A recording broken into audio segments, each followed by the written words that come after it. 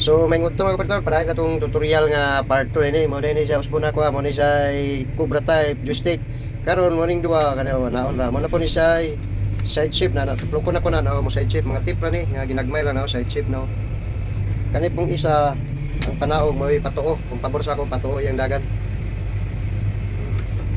kani po yung tapad kung ako ipaibabaw ni mo ni iskyo na iskyo tuyok siya ay tuyok siya. Oh, siyempre kaya po ni isa-isa panaog na to. Para tuklokon panaog oh. Iskyo kaya po niya speakers.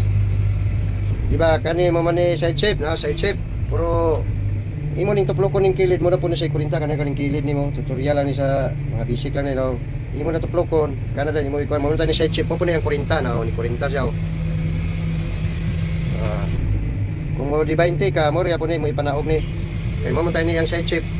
Pero 40 matag di 20 na 20 na mga tips na simple lang nga tutorial tips lang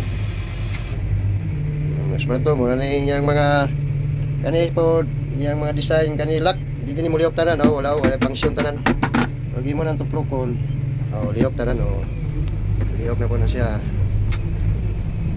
iskyo side sweep ang kani mo ni cabin kani dungan mo ning lock mudagan akong gidriver ani bali day kaning pikas mo wala dagan dagan akong gidriver dagan ilong press lang ni mo ning lock ilong press loko na gyapon ilong press atras niya akong cabin kining gidriver ako ba dagan ang ulo yung chikartag mo na engine ani sa ilalom may nakagwapo ani mora to mga operator mo to part 2 to tutorial kung napat mo wala na kuan message sa mo ani ang part 1 ani tanawa lang ninyo ni sa akong kuan katong video last week na ito Morito, morning lang pa sa inyo. Gambar guys tanan. Please follow, like, and share. God bless sa itong tanan.